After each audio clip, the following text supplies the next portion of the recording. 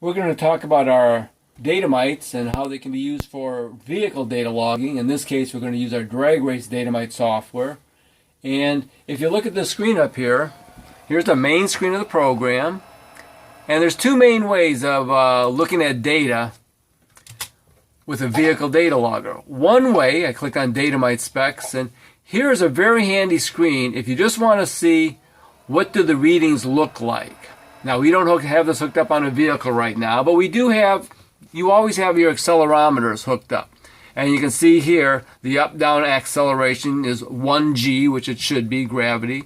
And the others are 0, basically. And if I tip the logger on its side, you can see I get a big response here. So I was telling us, boy, our accelerometers are working. And if we had the engine running, we would go over here and look at RPMs and see some RPMs and exhaust thermocouples if we had them plugged in. So this is handy for troubleshooting your sensors. And now if we go back here, that data was coming in through the USB cable. Now, when you're out there on the track, you don't want to have a PC connected to your datamite. And when you're out there on the track, what happens is we record everything to a USB card here. So I'm going to show you just, if we disconnect this, and you wouldn't have to disconnect it, I'm just disconnecting it. And if we put the memory card in, now this memory card is formatted in a very special way to make it so we can do very fast recording to it. And without the memory card, here's our record switch. Without the memory card plugged in, the switch will not light. When the memory card is plugged in, the switch will light. And when it's flashing like this, it says, I'm in standby mode, I'm ready to record. Okay? So you're in there, you mount your switch on your dash or whatever, it's blinking, everything's fine, but it's not recording yet. When you want to record, you flip the switch and it's on solid. It is now recording stuff here. And I'm going to just shake the box a little bit. Our accelerometers will record that are in the box. Flip it off, and now it's back to standby mode. I have now saved data to this card. I'm going to now take this card and plug it into, this happens to be a portable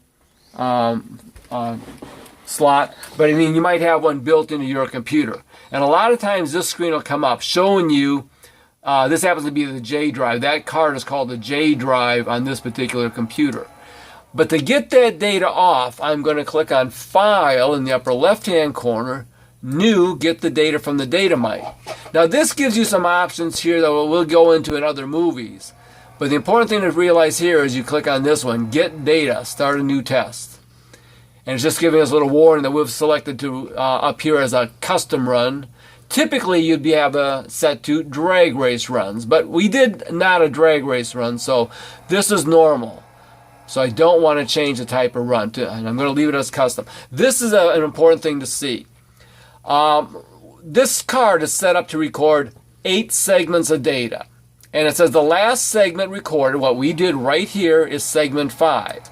However, I can download any of the 8 segments. 5 is the one we did now, 4 is the one previous to it, 3 is the one previous to that, obviously.